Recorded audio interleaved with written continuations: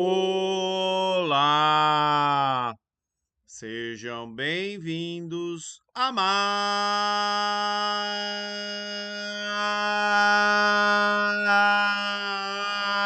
uma correção.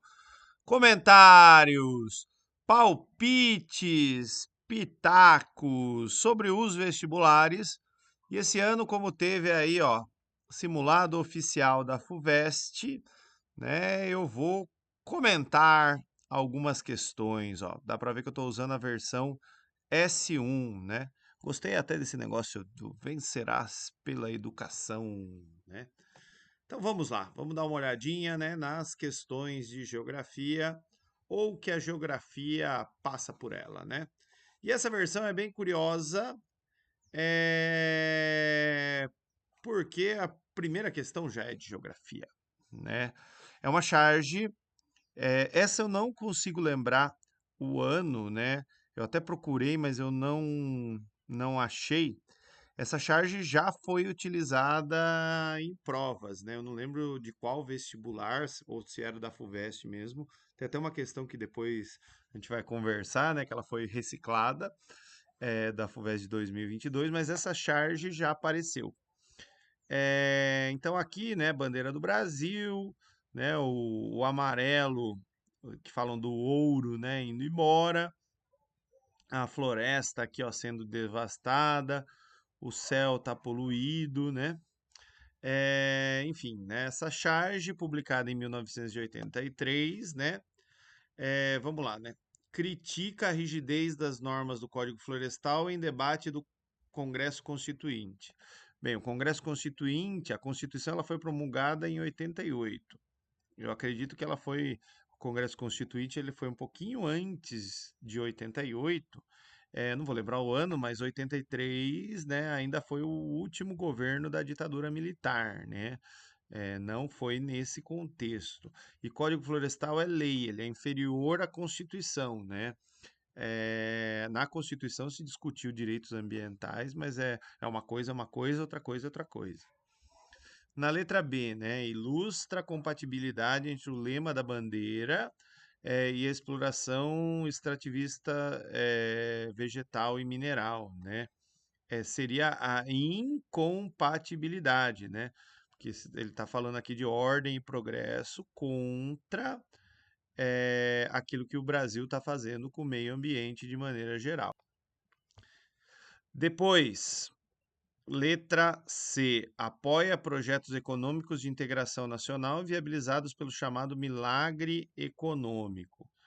Milagre econômico é final da década de 70, ou é toda a década de 70, não sei, né? Mas década de 80 já é os efeitos, é a conta do milagre econômico chegando, né?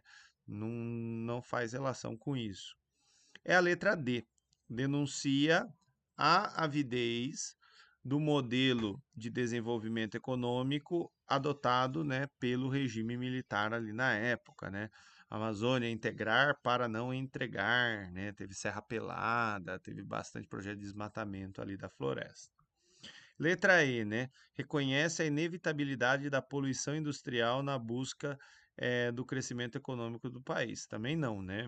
Tem poluição sendo retratada aqui, mas tem outros contextos aí, né? E hoje a gente sabe que poluição não é inevitável, ela só é, aumenta o lucro das empresas, né? Eu nem vou dizer que ela é mais barata, né? Mas existem formas de diminuir impactos ambientais aí. Então, questão um, letra D. Depois, questão 2, né? Ela é mais específica de história. Questão 3, né? Tem aqui um texto. Meu gato veio aqui. Antes que ele pule no computador. Na questão 3, no pós-Segunda Guerra, sociólogos e cientistas políticos elaboraram diferentes teorias sobre a convergência entre países desenvolvidos e em desenvolvimento. Uma delas, a teoria da modernização, pressupunha que países em desenvolvimento que modernizassem suas economias por meio da industrialização e da urbanização tenderiam a ampliar a participação política dos seus cidadãos e reforçar o controle democrático sobre os governos, consolidando direitos trabalhistas e sociais. Em suma, projetando nos países em desenvolvimento uma trajetória típica trilhada por alguns pioneiros da industrialização, essas teorias consideravam o desenvolvimento econômico um caminho seguro para a disseminação das democracias liberais no mundo. Todavia, a análise dos contextos de países em desenvolvimento, 60 e 80, levou à contestação da teoria da modernização, que se mostrou frágil por desconsiderar o que, né? Então vamos lá. Países em desenvolvimento do período convergiram, mas em torno de democracias populares baseadas na propriedade estatal ou coletiva dos meios de produção, típicas do regime político socialista. Não, né? Tem alguns casos aí, né, que tentaram experiências socialistas, mas depois o caminho acabou sendo aí bem diferente. Letra B é essa. O rápido crescimento econômico, né, até na questão anterior fala do milagre econômico, no caso brasileiro, de países com desenvolvimento, industrialização e urbanização, seguiu trajetórias diferentes e frequentemente ocorreu em meio a regimes políticos autoritários com forte restrição de direitos políticos e sociais. É assim que a economia consegue crescer muito rápido, né? Ela se urbaniza, se industrializa, mas para atrair, inclusive, empresas multinacionais, né, se faz um arroxo ali no salário, no poder de compra da população, são economias muitas vezes voltadas para exportação. Vale aqui para a América Latina, vale também para os tigres asiáticos. A letra C. Crescimento econômico de países em desenvolvimento ocorreu por meio da modernização e dinamismo do setor primário. Não, está falando de industrialização, urbanização, é setor secundário. A industrialização e a urbanização também pressupõe o setor terciário, né? Comércio e serviços, que também é mais amplo no ambiente urbano. Letra D. Ampliação massiva da relação salarial formal resultante da ampliação de direitos sociais. É ditadura, não tem ampliação de direito social, né? Nem vou ler o resto. E letra E, urbanização e industrialização diversificaram atividades econômicas em países em desenvolvimento e pulverizaram os interesses dos trabalhadores, o que enfraqueceu sua representação política. Bem, ó, aqui tem algumas coisas que dá para a gente discutir, né? Urbanização e industrialização diversificaram as atividades econômicas. Realmente, o país passou a ter indústria, coisa que ele não tinha. Teve ampliação do setor terciário, coisa que ele não tinha. Só que nesses países em desenvolvimento, por exemplo, o setor terciário, ele vai concentrar, assim, vai ter um monte de coisa acontecendo, mas são profissões, de maneira geral, que pagam salários baixos, né? Tem o setor terciário avançado, que vai ter ali a pesquisa, o desenvolvimento, um monte de coisa, né? Mas nos países subdesenvolvidos que se industrializaram, via de regra, fica o setor terciário, né, mais baixo ali, né? Segurança, faxineira, o cara jardineiro, construção civil, né? E por aí vai. Então, diversificaram, mas peronomútil, né? Então, em aspecto salarial, é o valor mais baixo. Mesma coisa na indústria. O trabalho braçal industrial, né? Mas as indústrias que vieram para cá, elas não criaram, né? Não trouxeram o seu centro de pesquisa e desenvolvimento. Nesses períodos aqui, 60 e 80, houve, pelo menos aqui no Brasil, né, um aumento, né, da luta, inclusive da luta sindical. Esse enfraquecimento dos sindicatos, essa coisa da população meio que olhar de uma outra forma para a atividade sindical, é coisa ali dos anos 2000, né? Mas não desse período aí, 60 e 80. Tá? Bem, questão 4. Essa mistura várias disciplinas aí, acho que todas as humanas vão se reconhecer nessa questão 4. Tem um textão, né? Eu não vou ler ele inteiro, eu vou apontar algumas coisas, né? Mas assim, é um texto desse Robert Paxton, Anatomia do Fascismo, e aí ele vai elencar vários pontos que têm a ver com lugares, né, grupos que são fascistas. Creio que a melhor maneira de deduzir as ideias subjacentes às ações fascistas é a partir dessas próprias ações, uma vez que algumas delas permanecem imanifestas e implícitas na linguagem pública deles, dos fascistas. Muitas delas permanecem mais no domínio dos sentimentos viscerais que das proposições racionais. Chamei-as de paixões mobilizadoras, né? Então, primeiro, de senso de crise catastrófica, além do alcance das soluções tradicionais. Primazia do grupo, né, perante o qual todos têm deveres superiores a qualquer direito, né, sejam eles individuais, universais, direitos humanos, né, assim, tem um pessoal aí que meio fascista que vai falar contra, né, direitos humanos, por exemplo, e direitos humanos é de todo mundo que é ser humano, né, crença de que o próprio grupo é vítima, né? Sentimento que justifica qualquer ação sem limites jurídicos ou morais contra seus inimigos, internos ou externos. Pavor da decadência do grupo, necessidade de uma integração mais estreita no interior de uma comunidade mais pura, né? É, por consentimento, se possível, pela violência excludente, se necessário. Necessidade de chefes, sempre do sexo masculino, né? Mulher não faz tanta cagada assim, né? Hum, Embora tenham algumas mulheres que a gente poderia colocá-las como fascista, né? Mas a maioria dos fascistas são homens. É, necessidade, paraná, superioridade dos instintos do líder sobre qualquer razão, né? Do tipo, na vacina não funciona, a ciência toda dizendo o contrário, né? 7. Superioridade de instintos do líder. 8. Beleza da violência e da eficácia da vontade, sempre que voltadas para o uso do grupo. Né? Até uma glorificação da violência, né? Querer matar os outros. Direito do povo eleito de dominar os demais. Acho que com isso a gente consegue responder. Considerando as características, ele quer a correta, né? Então aqui também, ó, letra A, né? Fascistas têm o bem comum, não tem nada de bem comum, né? Letra B.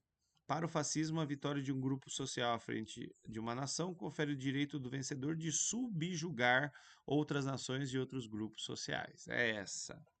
Letra C. O uso da violência contra grupos opositores é considerado ilegítimo. Não, o texto falou o contrário, né? De acordo com o fascismo, um indivíduo proveniente de qualquer grupo social pode ser uma liderança, jamais, né? Um negro, no caso brasileiro, um indígena, né? Não seria bem visto aí pelos fascistas, os nossos, né? Fascismo é um fenômeno restrito ao início do século XX. Não, né? Tá tendo o século XXI aqui um monte de manifestação fascista, né? Então, letra B de bola. Questão 5 não. Questão 6 ela é de história, tá? Benito Mussolini, quando ele invadiu a Etiópia, né, dominou ali até 1941. Essa daqui eu só vou falar da resposta aqui, é letra E, né? Derrota sofrida pelo exército italiano em 1896 diante das tropas etíopes, né? Tipo uma revanche, a Itália se rearma ali, né, no pré-Segunda Guerra Mundial. É, mas assim, ó, tem. Cadê? A letra B e letra C, ó, fez uma intervenção militar com o objetivo de conter conflitos internos na Etiópia que se alastravam pelo Sudão e pela Somália, né? Aqui eu queria lembrar que teve um tratado, né, de Berlim lá no finalzinho do século 19, né?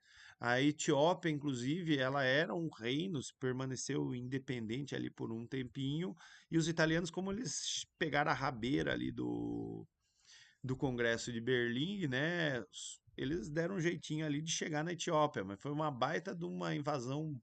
Ela foi bastante problemática, né? Embora eles chegaram lá, mataram um monte de gente, fizeram um monte de coisa, para a Itália chegar na Etiópia, o caminho era longo, né? Porque a Etiópia está aqui. Num determinado contexto ali, eles perderam o acesso pelo canal de Suez, tinha que dar a volta na África. era uma coisa um pouquinho complicada, né? Se eu não me engano, também teve ocupação italiana na Líbia, né? Ou os alemães que invadiram a Líbia, agora eu não vou lembrar, né? Mas assim, o contexto de posição, ele é interessante aí para essa questão, né? Elas travam o conflito da Etiópia que ia para o Sudão e para a Somália. Não naquela época não fazia muito sentido, né? Foi denunciado a Liga das Nações, que condenou a invasão e organizou uma força de pacificação também. Liga das Nações era pior que a ONU, né? Para intervir nos outros lugares. Expansionismo italiano na África atingiu seu ponto máximo com o domínio do Sudão, do Congo, que era belga, não faz o menor sentido, e de Angola, que era português, né? Então essa também é bastante complicada se você conhece a geografia de Angola de hoje, né? Porque Angola é um país lusófono. Bem, dessa daí eu deixo para os professores de história. Peraí, deixa eu voltar aqui. Mas é letra E, né? Depois o 9. A questão 9 eu não vou resolvê-la, né? Eu até sei que é a letra I, né? Mas ela é sobre história. Mas tem aqui um texto, né, falando que o pessoal achava que a economia escravista ia decair porque ela não dava lucro, né? E o texto ele está indo numa contramão. O meu comentário é o seguinte, né? É, escravidão dá tanto lucro que ela ainda continua acontecendo, né? Sobre formas disfarçadas, a tal da escravidão por dívida, né? Ano passado teve vários registros aqui no Brasil de pessoas, né? Que foram libertadas dessa situação de escravidão por dívida, né? Uma pessoa que foi trabalhar na colheita da uva lá no Rio Grande do Sul, enfim, né? Então, essa coisa de, né, a forma mercantil ali do trabalho, trabalho remunerado, a sociedade é mais eficiente do que escravista, né? Não, né? O trabalho escravo vai dar lucro para quem escraviza, né? Para o criminoso que vai escravizar pessoas. Bem, e aí tem duas questões de geografia. Essa 10 aqui, ela é complicada. Ela é tão complicada que eu vou printar ela aqui. Então, printei, vou recortar, colocar no Paint.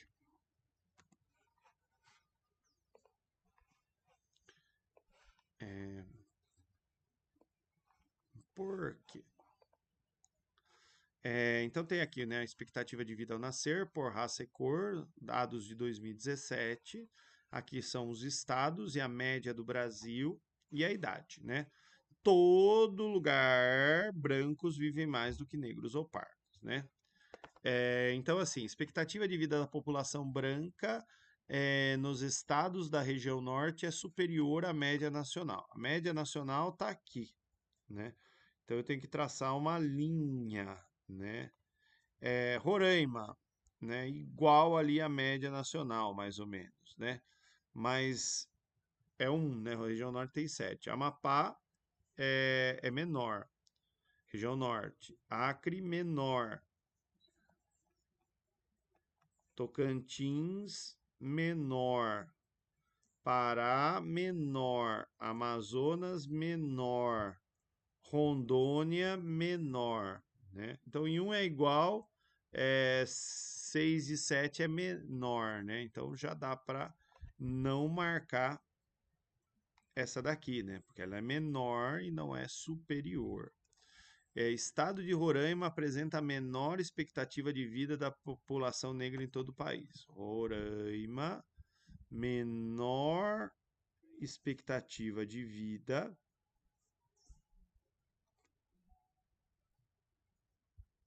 da população negra do país. Não, ó.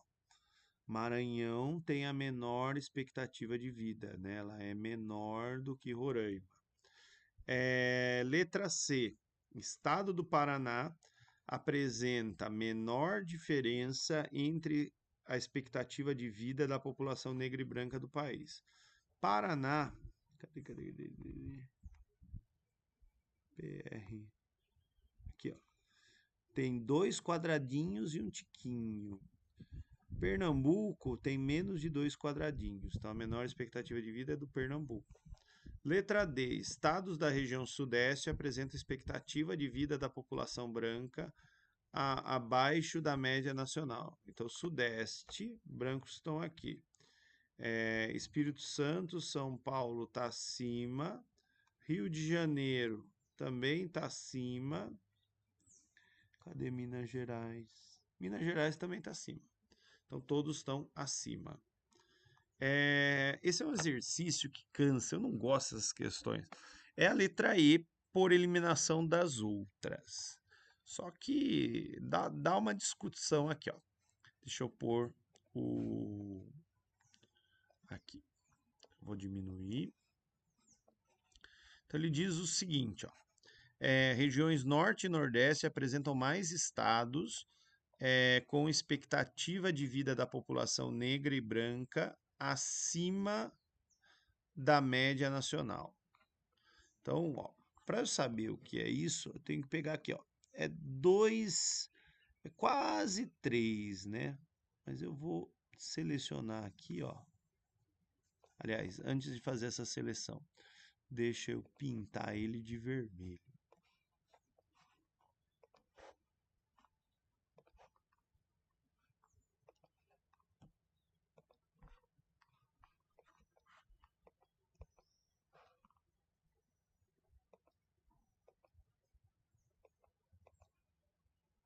Peraí, deixa eu fazer diferente. Aqui.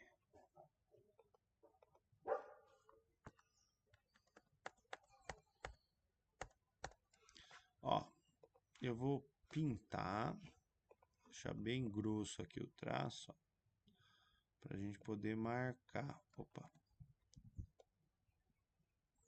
Então opa.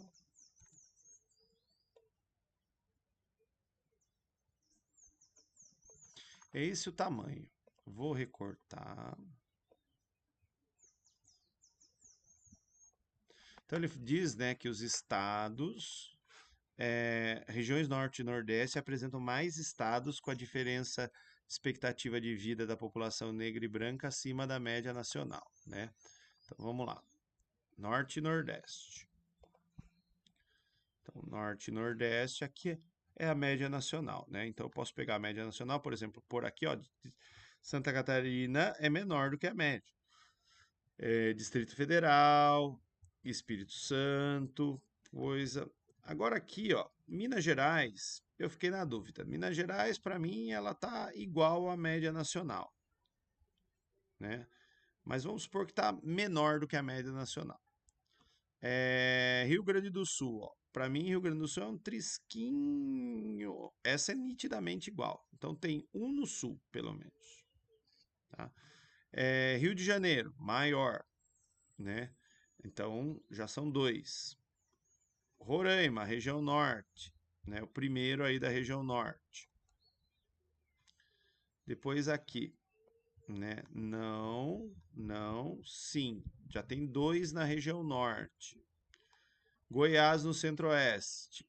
Então todas as outras regiões menos o nordeste tem 1, né? Então são 3 no norte, 1 no centro-oeste, 1 no nordeste e 1 no sudeste. Acre, igual no mínimo. Ceará não, Mato Grosso não, Bahia não, Paraíba não, Tocantins não, Pernambuco, aqui Sergipe não, Pará, igual no mínimo, né? Maranhão, Nordeste agora também tem 1, né?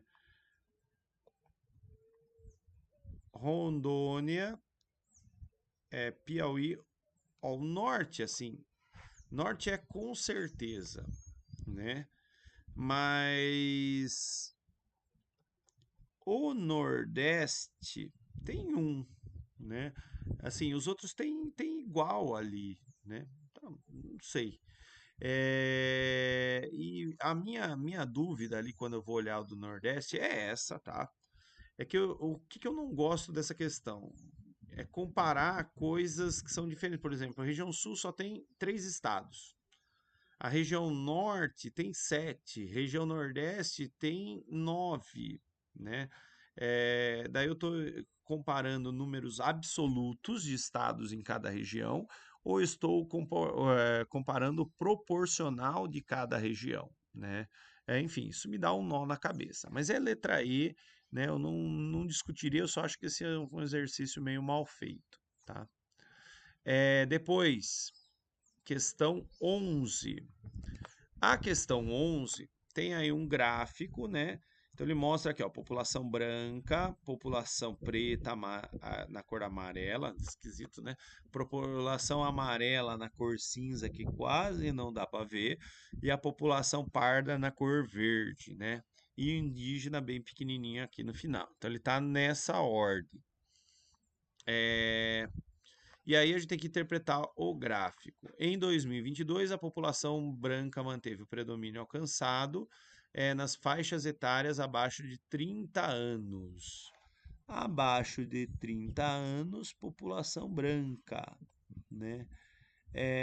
Aqui, ó, população parda já é maior, por exemplo, do que a população de 15 e 29 já é maior na população parda, aqui também, né, de 0 a 14 anos, né? Então não é correto. Letra B. Menor percentual da população preta na faixa de 60 a 74. Preta, 60 a 74, não é o menor percentual. O menor percentual vai estar aqui, 75 ou mais, né? Até por conta do que está aqui nessa outra questão, né? Letra C, em comparação com 2010, a população branca perdeu o predomínio na faixa de 30 a 44 anos de idade. Então, 30 a 44 anos de idade, como era em 2010, como ficou em 2022. Ó. Ela era 47 e virou 41. Então, perdeu aqui para a população preta ou parda. É essa, letra C. Letra D. 2022 havia um predomínio da população parda entre pessoas a partir de 45 anos de idade, né? 2022, não, né? O predomínio da população parda já começa bem antes, ó, começa lá aqui no 0 a 14 anos, tá? E por fim, a população branca representava em 2022 menos da metade de pessoas entre 60 e 74 anos ou mais. 60 a 74, branca. Peraí. É mais da metade, né? Ele fala aqui menos da metade. Representava menos da metade. Aqui, na verdade, ela representa mais da metade. É tudo acima de 50%. Tá? Então, a letra C de cebola. Questão 12. Esse é o tipo de figura que sempre aparece, né? Aqui, ó, ele está mostrando a cidade, o centro está mais quente, a periferia está mais fria, né? O fenômeno é ilha de calor, né? Estresse hídrico seria uma seca muito grande, né? Ou falta d'água, não é a questão aqui da questão. Ionização atmosférica, eu não tenho a menor ideia do que é. Depois vocês jogam aí no Google. Drenagem urbana. Drenagem urbana diz respeito às redes de escoamento de água. Também não seria essa figurinha, né? Às vezes tinha que incluir declividade do terreno, onde é mais plano a drenagem é mais lenta, onde é mais inclinada a drenagem é mais acentuada. Periferização, né? Você tem que mostrar que é o crescimento horizontal da cidade, expansão das periferias, né? Também não é essa figura. Ilha de calor porque a periferia tem mais árvore, é mais fria em relação ao centro. Depois, né, 13 não, 14. 14, ela né, tem que fazer umas contas aqui, né? Então, trânsito nas megacidades acima de mais de 10 milhões de habitantes é considerado um problema para grande parte dos seus habitantes. Na cidade do México, predomina o deslocamento por meio de automotores, diferente do que ocorre em Mumbai, uma península, e em São Paulo. A seguir, observe o tempo médio da viagem eh, e os diferentes modais de transporte e a densidade de cada cidade. Então, em São Paulo, né, usa-se a pé, as coisas, ônibus, carro, moto, bicicleta. Ah, não, Mumbai, né, esses três. São Paulo, né, muito carro, pouquíssimo deslocamento a pé e de bicicleta, e Cidade do México praticamente só deslocamento de carro, né? Aqui ele traz também a densidade, né? O que é bem curioso, ó. Mumbai tem 24 mil pessoas por quilômetro quadrado, né? Como essas pessoas estão mais apertadas, talvez elas estão mais próximas também dos seus lugares de trabalho, né? São Paulo vai ter a menor densidade por quilômetro quadrado, né? E a Cidade do México está ali no meio do caminho, né? E aí ele pede, né, para a gente considerar algumas coisas. O tempo de deslocamento tende a aumentar com a expansão da área urbana, né? Então, a cidade de São Paulo tem ali 75 minutos, né, nesses 5 mil e poucos quilômetros, e a cidade do México é um pouquinho maior a densidade, mas vai se usar aqui mais carros, né? Então, assim, se as pessoas moram mais longe, o tempo de deslocamento delas tende a aumentar, né? Acredito que é verdadeira, né? Essa não tenho que questionar. Se você mora mais longe, você vai ter um tempo de deslocamento maior. Letra B, tempo médio de viagem em Mumbai é menor por apresentar eh, maior área urbana. Na verdade, se a densidade demográfica é grande, a área urbana ela é menor, né? Ela deve ser muito verticalizada, não sei. Letra C. Uso de transportes coletivos aumenta o tempo. Na verdade, diminui, porque vai diminuir a circulação de veículos, né? Talvez, né, a diferença aqui entre São Paulo e Cidade do México é que São Paulo ainda tem o pessoal andando a pé e de bicicleta. Letra D. Utilização de veículos particulares torna-se eficiente quanto ao tempo do deslocamento. Pelo contrário, você está sozinho num carro que cabe 5 pessoas, né? E letra E, elevado nível da população leva à utilização de veículos particulares. Essa não tá, né? Não é essa que está no gabarito, mas ela é verdade, né? A vida das pessoas melhoram, elas vão atrás de conforto, né? É muito raro o cara que tem dinheiro para ter uma Mercedes está lá num busão, né, meu? Então, enfim, né? A A é a que está no gabarito oficial, mas eu discutiria essa daqui, né? Porque tem um fundinho aqui de verdade, tá? Letra E de elefante. 15. Tem aqui, ó, duas imagens, Tóquio e Montreal, né? Um monte de bolinhas aqui, né? Uma coisa rosa englobando tudo, né? Então, o fenômeno representado na imagem refere-se a áreas de ventos alísios, são os ventos que sopram dos trópicos em direção à linha do Equador, né? Nenhuma dessas cidades está na região tropical. Zonas de produção de energia nuclear. No Japão, né, até, sei lá, né, faz algum sentido que o Japão, até onde eu sei, usa muita energia nuclear. Mas nesse pedaço aqui dos Estados Unidos, né, eu não sei dizer da distribuição das usinas de energia nuclear, né? E ele traz assim alguns nomes de cidade, umas bolinhas, né? Essa daria até para pôr um asterisquinho aqui para ficar lembrando, né? Zonas econômicas especiais tinha que envolver uma área, uma linha de 200 milhas a partir do litoral, né? Aqui tá pegando áreas continentais. E aí, se fosse as da China, né? Tinha que estar na China, né? Não se aplica aqui. Instabilidade tectônica poderia valer para o Japão, mas esse pedaço dos Estados Unidos não tem tanto terremoto, né? Na outra costa. É a letra E, formação das megalópolis. Faz mais sentido para mim do que produção de energia nuclear. Até porque essa região aqui tem um planaltinho, dá para produzir hidrelétrica nos grandes lagos, inclusive tem uma baita de uma hidrelétrica, né? Eu não sei da energia nuclear nos Estados Unidos, né? Mas assim, com certeza, megalópole faz muito mais sentido, né? A Tóquio, Osaka e a Oz, né? Aqui nessa região dos Estados Unidos. Então, letra E de elefante. Questão 16, né? Essa questão 16, eu bati o olho, fiz ela e fiz errado.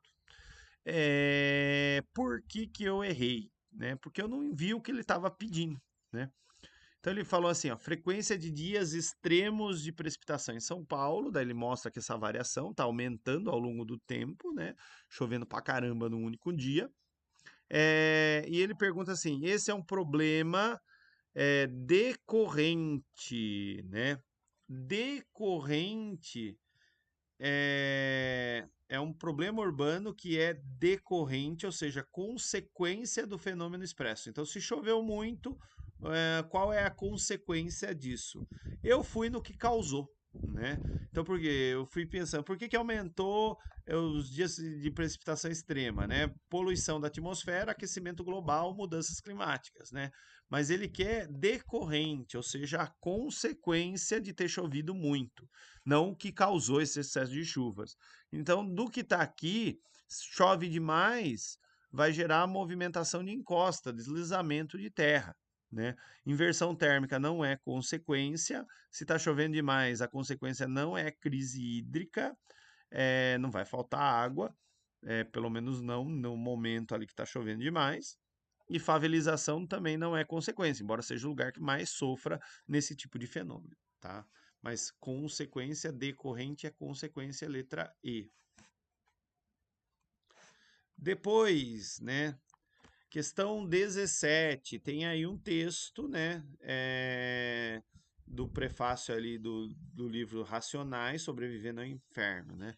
Propor novas formas de sobrevivência aos sujeitos periféricos, posicionando-se ao lado do bandido, sem se confundir com ele, ao mesmo tempo que se define enquanto marginal, ou seja, um sujeito destinado a morrer pelas mãos do Estado, mas que consegue sobreviver no inferno. Permaneço vivo, prossigo a mística, 27 anos contrariando a estatística. A partir do excerto é possível estabelecer uma relação entre o processo de metropolização e as manifestações artísticas. Nesse contexto, é correto afirmar que o rap. Aqui, assim, tem um monte de coisa que não é geográfica, por exemplo, saber quando o rap se popularizou. Mas eu sei, né, porque eu vivi o momento de popularização do rap, né? Anos 80, não é 90, não é década de 30, né? Talvez o principal grupo em atividade hoje, o Racionais, é da minha geração, né? Então, só por isso que eu conseguiria responder, colocar a letra A como errada. Letra B. Compõe o cotidiano da população do interior do Nordeste. Não, né? Ele é um fenômeno metropolitano aqui do Sudeste, São Paulo principalmente.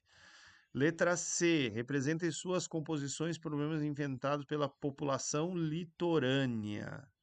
Né? Também não é uma coisa do litoral, embora tenha, né? O rapper do litoral, assim como tem o cara do funk lá de Santos, né? Letra D, desponta artisticamente como uma manifestação da identidade cultural, que no contexto de crescimento desordenado das cidades dá voz à população periférica. É essa. Inclusive, né, o que dá voz à população periférica em São Paulo e no Rio é bem diferente, né? São Paulo tem essa coisa meio melancólica, ali, triste, pesada do rap, né? O carioca, que é um cara alegre, vai descontrair, fazer piada, né, no funk. É, então tem ali um contraponto, né, de como as periferias lidam com seus sofrimentos. E a letra E marca como manifestação religiosa, não faz sentido, né? Depois, 18. Riacho do Navio corre para o Pajeú. Rio Pajeú vai despejar no São Francisco, né? O Rio São Francisco vai bater no meio do mar. Ah, se eu fosse um peixe, ao contrário do rio, nadava contra as águas. Nesse desafio, saía lá do mar para o riacho do navio, para ver no meu brejinho fazer umas caçadas, ver as pegas de boi andar nas vaquejadas, dormir ao som do chocalho e acordar com a passarada.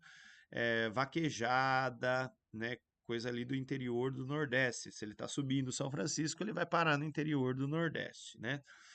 Canção Riacho do Navio, composta por Luiz Gonzaga, ajudou a popularizar o gênero baião, né? O contexto das migrações populares nordestinas e de acelerada urbanização da sociedade brasileira. A letra da música, né, vai fazer o quê? Né? Ela não está usando a imagem dos rios para defender êxodo rural, né? Não está em nenhum momento, está falando até em voltar para o sertão. Letra B, faz apologia à vida civilizada. Não, ele está feliz com o sertão, nostálgico, né? Letra C, propõe ruptura com o sertão, pelo contrário, né? Ele está se afirmando enquanto sertanejo. Letra D, expressa a nostalgia do sertão associada à experiência da migração. Essa, né? E também não tem onomatopeias aqui, som dos riachos do navio, som do rádio, não tem nada a ver. Pessoal, de geografia depois é só lá na frente. Na questão 38, tem um tema interessante do fenômeno do isentão. A questão é a interpretação de texto, eu não vou fazer, né? Mas o isentão é aquele que não se posiciona nas redes sociais ou às vezes, né, usa dessa treta ali para ganhar likes, seguidores, para as pessoas ficarem comentando, né, interação com a postagem, falar ó, eu não sei o que dizer, mas o que que você acha, né? Diga aqui nos meus comentários, né? Então, é sobre esse tipo de pessoa. A questão 53, ela é interessante, mas ela não é de geografia. Aqui é sobre o buraco da camada de ozônio, mas é química. E a 53 é sobre o fulgurito. Fulgurito é a rocha que é criada quando um raio, né, atinge depósitos de areia, às vezes na praia, né? Um dos meus sonhos é um dia encontrar um fulgurito, né? Eu tenho muita curiosidade de ver, de pegar, de tocar, né? Mas aqui é mais física e química, tá? Depois lá na frente, questão 60. Opa. Questão 60 é biologia, né? Mas é interpretação de texto. Ele usa aqui, né, o Quincas Borba pretende criticar uma opinião bastante comum sobre doenças infecciosas letais. Para tanto, apresenta um argumento. Aparentemente, há nada mais contristador é, cadê? Que uma dessas terríveis pestes que devastam um ponto no globo. E todavia esse suposto mal é um benefício, não só porque elimina os organismos fracos, incapazes de resistência, como porque dá lugar à observação, à descoberta da droga curativa. Qual das sentenças a seguir enfraquece o argumento desenvolvido no texto, né? Organismos fracos são mais suscetíveis a doenças contagiosas, né? Não. Letra B, normalmente as pessoas ignoram, né? Aqui, letra C, não é preciso esperar a disseminação de uma peste para estudar as drogas que combatem, né? Organismos fracos, incapazes de resistência, como porque dá lugar à observação, à descoberta da droga curativa, né?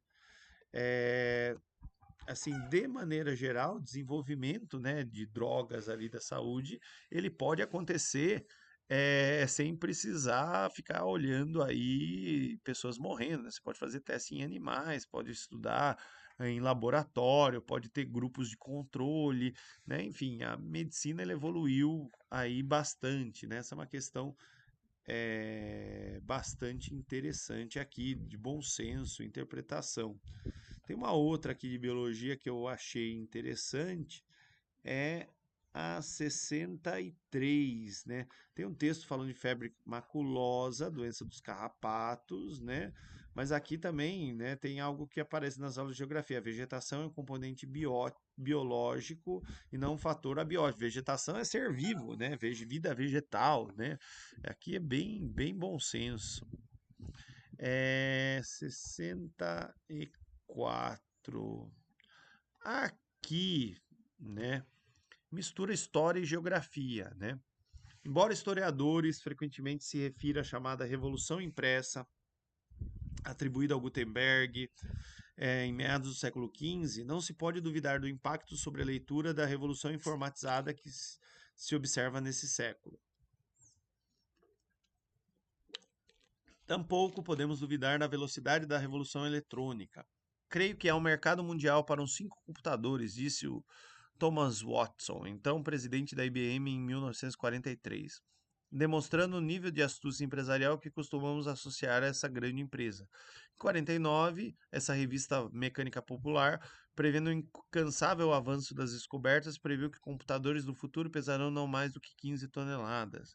Essa previsão, no mínimo, teve a virtude de estar correta, né? É, Mais recentemente, em 1977, Ken Olsen, então presidente da Digital Corporation, garantiu ao mundo que não há razão para qualquer indivíduo ter um computador em casa.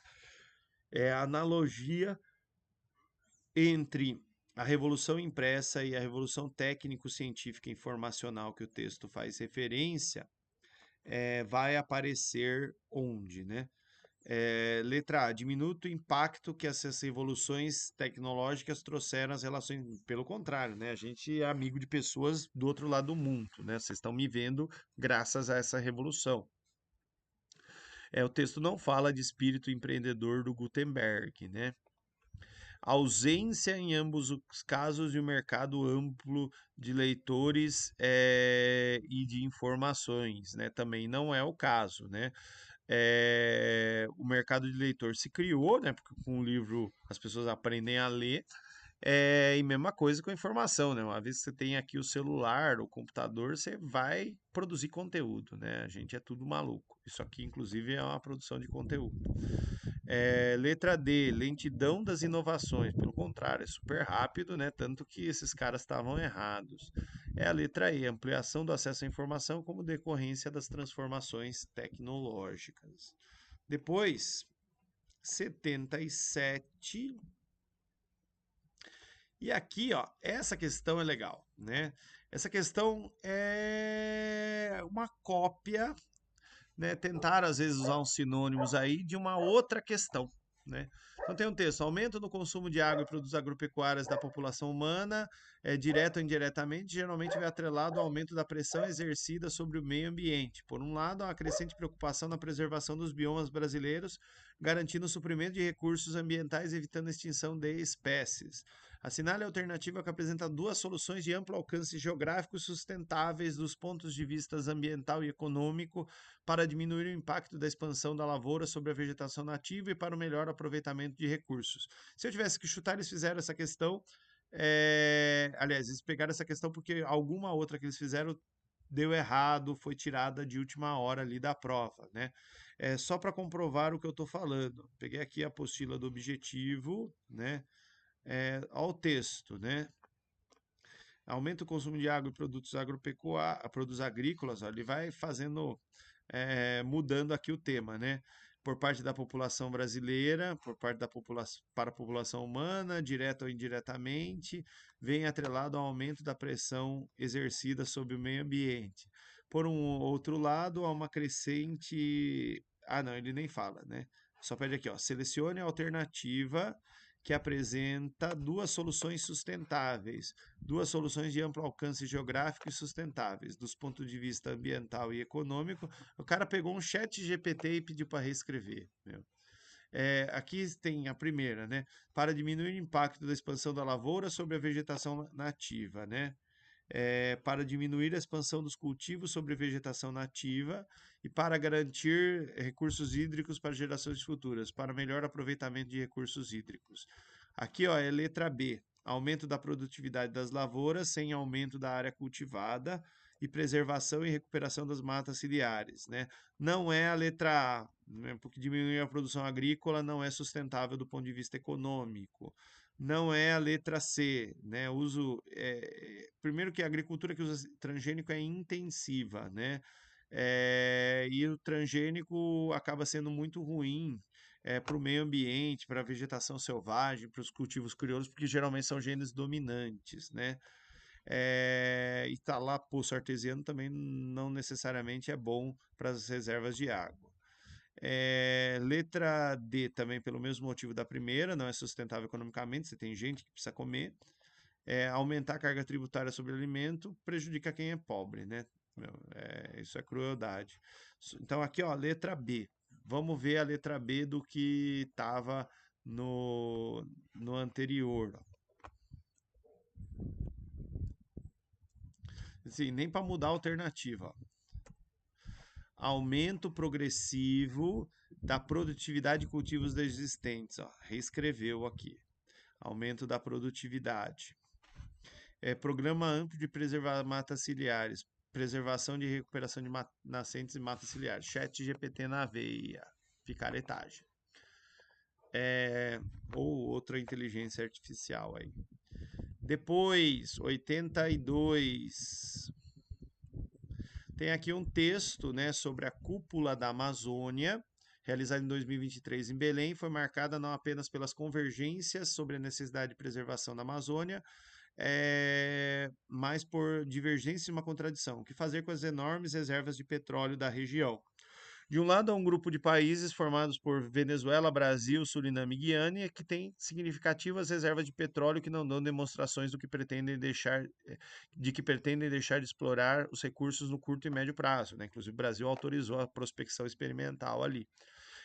Do outro lado está a voz dissonante da Colômbia, que anunciou o fim da liberação de novas licenças para explorar petróleo, né, como forma de mover sua economia na direção da chamada transição energética, passagem da matriz energética focada na queima de combustíveis fósseis para fontes renováveis. A partir da leitura do texto, né, é correto. Mesmo com alto grau de fragilidade da Amazônia e intensificação de exploração de petróleo, os impactos na floresta serão reversíveis, né? Uma vez que o país serão recompensados. Isso não existe, gente. Procurem história da exploração do pré-sal aqui no Brasil, né? O pessoal prometia que ia revolucionar a educação, que ia revolucionar a saúde, né?